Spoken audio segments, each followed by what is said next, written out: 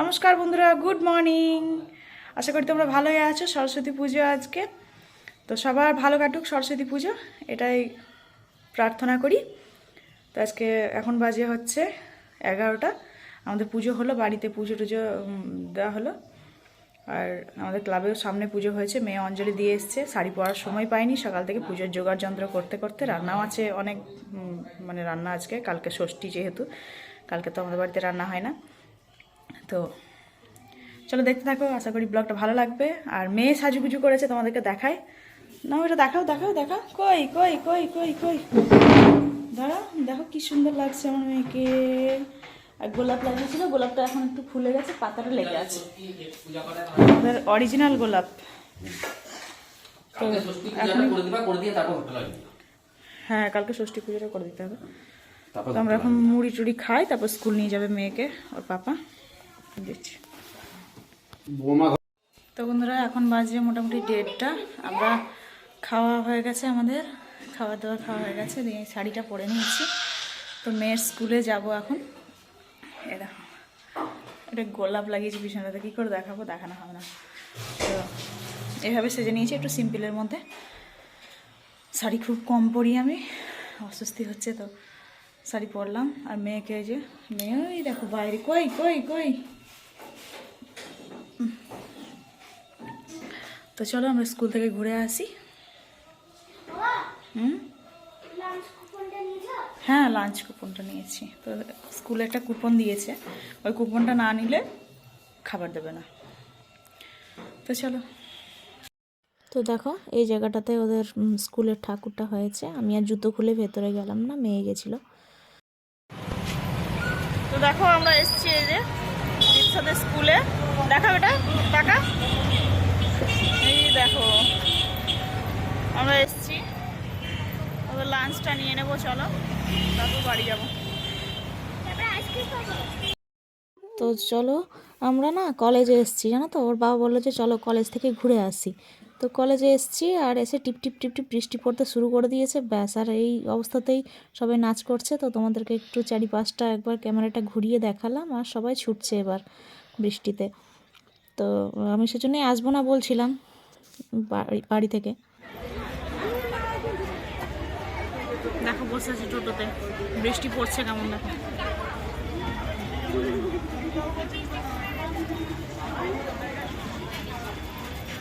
বৃষ্টি একটু থামবে তবেই যেতে পারবো।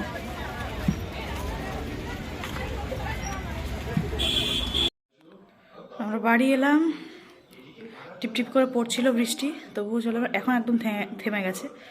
এসে আমাদের ছাদের সর্ষেগুলো মেলা ছিল, বাবা অনেকটা তুলেছিল, আবার এসে তুললো রিতিশার বাবাও। ভিজেনি ভাগ্যিস, ওটাই টেনশন ছিল। তো এসে তাড়াতাড়ি করে, এখন 3:30 বাজে, খেলাম তাড়াতাড়ি করে, এত খিদে পেয়েছিল সবাই। এসে খেলাম, আর যা রান্না বাকি আছে ও রাত্রে করব সব, তখন দেখাবো। এখন আর দেখালাম না তোমাদেরকে, একবারে সব দেখাবো, কারণ কালকে তো ওগুলো খাওয়া দাওয়া হবে, সেটা রাত্রে রান্না করে রাখতে হবে, ভাতও রান্না করতে হবে। তো আর কাজের দিদিকেও কালকে ভাত দেবো, কারণ কাজ না করলেও অতদিন তো কাজ করছিল বলো। তো এমনি ভাত দিই আমি, কোনো পুজো পারবো না, তো কালকে ভাত দেবো, সেই জন্য রান্না করতে হবে। আর আমাদের কালকে রান্না হবে না যেহেতু, সেই জন্য রান্না করে রাখতে হবে। তো চলো একটু রেস্ট নিই, 3:30 বাজে, তারপর তখন আবার কাজকর্ম করব। তো দেখো, সন্ধ্যে লেগে গেছে, আমি সন্ধ্যে জ্বাললাম, দিয়ে এদিকে ষষ্ঠী পুজোর জোগাড় করলাম। আর হচ্ছে এখানে হাঁড়িতে ষষ্ঠী ঠাকুরের যে কলাই সেদ্ধটা হয় সেটা দিচ্ছি। তো আমাদের নিয়ম এটাই যে দেখো, কলাই 7 রকমের কলাই, মানে বরবটি আর কালো কলাইটা বেশি আছে, আর সব রকম একটা দুটো করে মিশিয়ে দিয়েছি।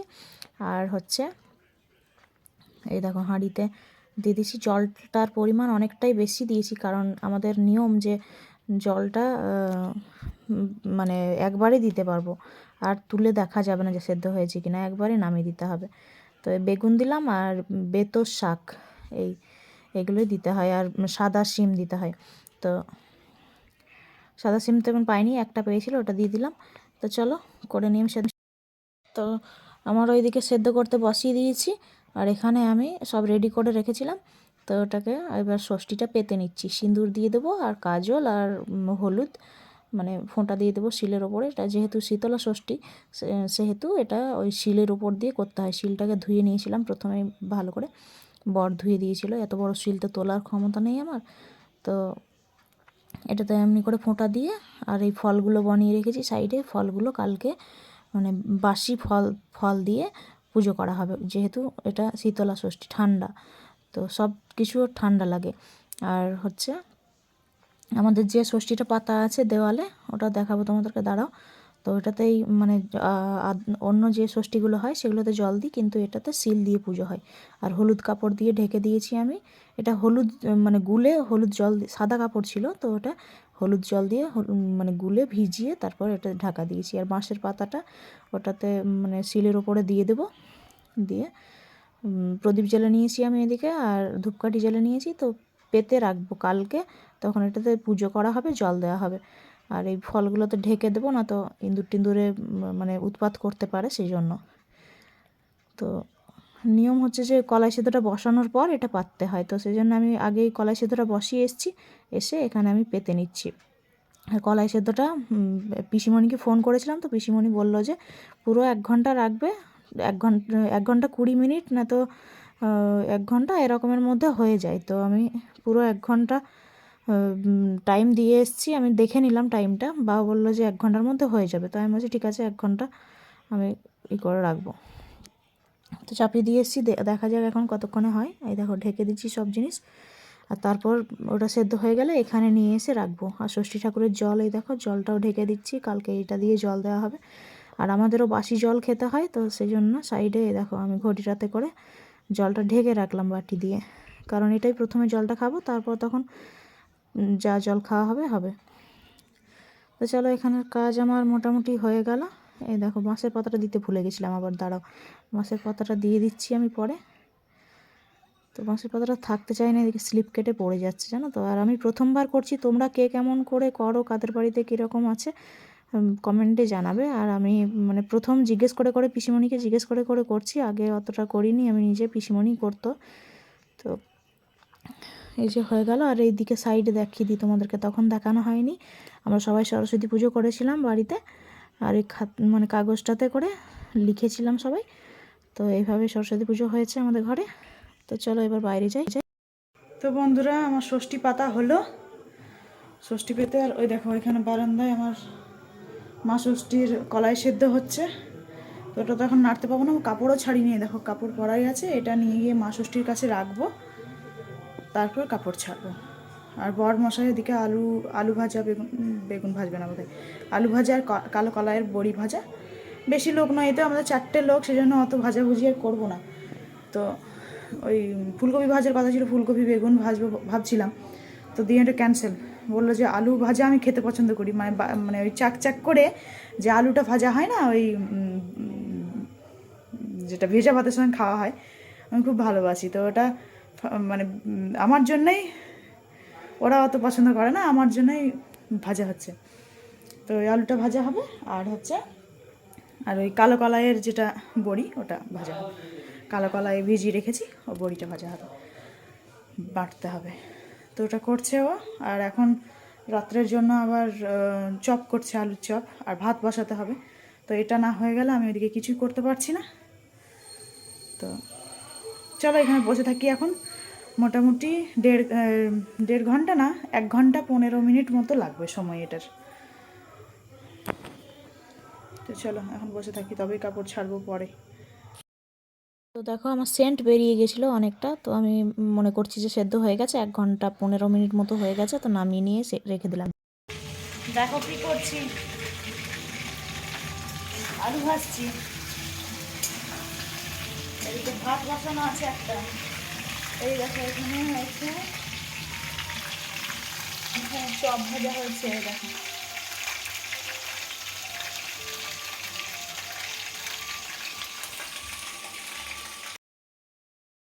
তো দেখো আমার চপটা এখানে ভরে নিয়েছি বাক্সের ভেতরে, আর এগুলো ফ্রিজে ভরতে হবে যেহেতু, সেই জন্য আমি বাক্সের ভেতরে ভরে রাখি। আর এটা আলু ভাজা, এটা বড়ি ভাজা, সব ভাজা কমপ্লিট। আর ওইখানে এবার আমি গ্যাস ট্যাস পরিষ্কার করে নেব, সব এগুলো না ভরে রাখলে যদি নষ্ট হয়ে যায়, মেঘ করছে তো সেই জন্য। তো সেই জন্যে মেঘ মেঘ করছে বলে এই সরস্বতী ঠাকুর দেখা একদম বাজে অবস্থা হয়ে ফিরে এসেছি। তো দেখো তোমাদেরকে দেখিয়ে দিই একবার খাবার দাবারগুলো। এটা দিনেকার ভাত আছে অল্প একটু, আর সব এগুলো সব ভরতে হবে ফ্রিজে, জানো তো, তাছাড়া যদি নষ্ট হয়ে যায় সেটাই ভাবছি। এদিকে ডাল আছে এখানে, ভেজ ডাল, তখন কাজু কিশমিশ গাজর সব দিয়ে করেছিল বাবা, ওটা চচ্চড়ি ওপরেরটা। আর এখানে আছে হচ্ছে, দাঁড়াও, এটা রাঙা আলু দিয়ে, বেগুন দিয়ে, মূলো দিয়ে, সব দিয়ে একটা টক। বীরভূমের লোক তো টক খেতে বেশি ভালোবাসে। আর এখানে হচ্ছে বাঁধাকপির তরকারি।